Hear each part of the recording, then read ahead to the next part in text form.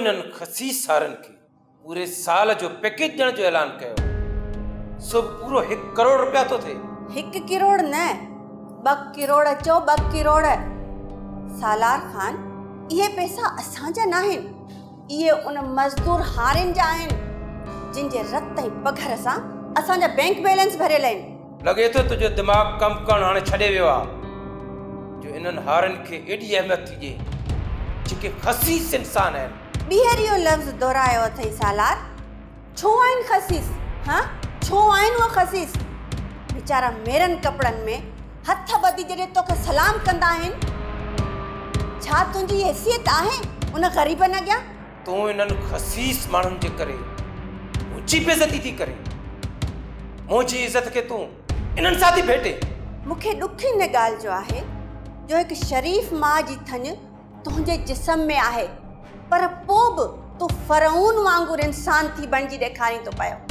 मेहरू बार बार तूं मुंहिंजी बेइज़ती करे रही आहीं जेका तोखे मुनासिब न आहे। इन करे जो तो लाइक ख़ान जी लॼ खे लॼायो आहे। मुंहिंजी ॻाल्हि हिकु कन खोले ॿुधी छॾ। जेसीं ताईं मां जीअरी आहियां न, तेसीं ताईं तुंहिंजो को बि इरादो कामयाबु न थींदो। सुञाणे छॾ मूंखे। त पोइ मुंहिंजी बि ॻाल्हि कन खोले ॿुधी छॾ। तुंहिंजी इहा पॉलिसी मां कॾहिं बि पूरी थियणु कोन ॾींदुसि, भले मरी पई वञा, पर तोखे इन इरादे में कामयाबु थियणु कॾहिं कोन ॾींदुसि। मेरू, तो में एतिरो दम किथे आहे सालार खान जो महरूअ जी सट सही सघी? साहु निकिरी वेंदई, साहु।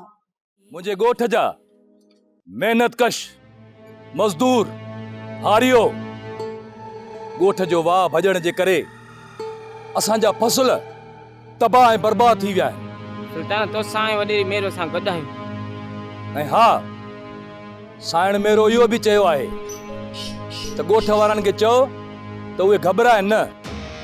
मां उन्हनि खे सॼे साल जा कपिड़ा, लटा, अनाज सभु सामान ॾींदसि। वॾेरी मेरो जिंदाबाद, वॾेरी मेरो जिंदाबाद। जंहिं ॻोठ में साइण मेरू जहिड़ी नारी हुजे, उन ॻोठ जा माण्हू कॾहिं बि परेशान कोन थींदा। ऐं जस तो ॼाण साइण मेरू खे जे ॾुख जी घड़ीअ में असां सभिनी जी सार लथी आहे। हा सुल्तान जिंदाबाद, वॾेरी मेरो जिंदाबाद।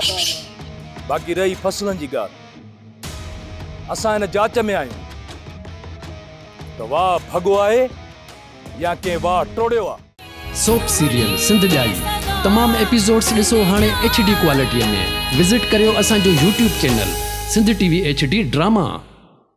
सब्सक्राइब कयो असांजो official YouTube channel Sindh TV HD drama ऐं वधीक अपडेट लाइ बेल आइकन खे क्लिक करियो।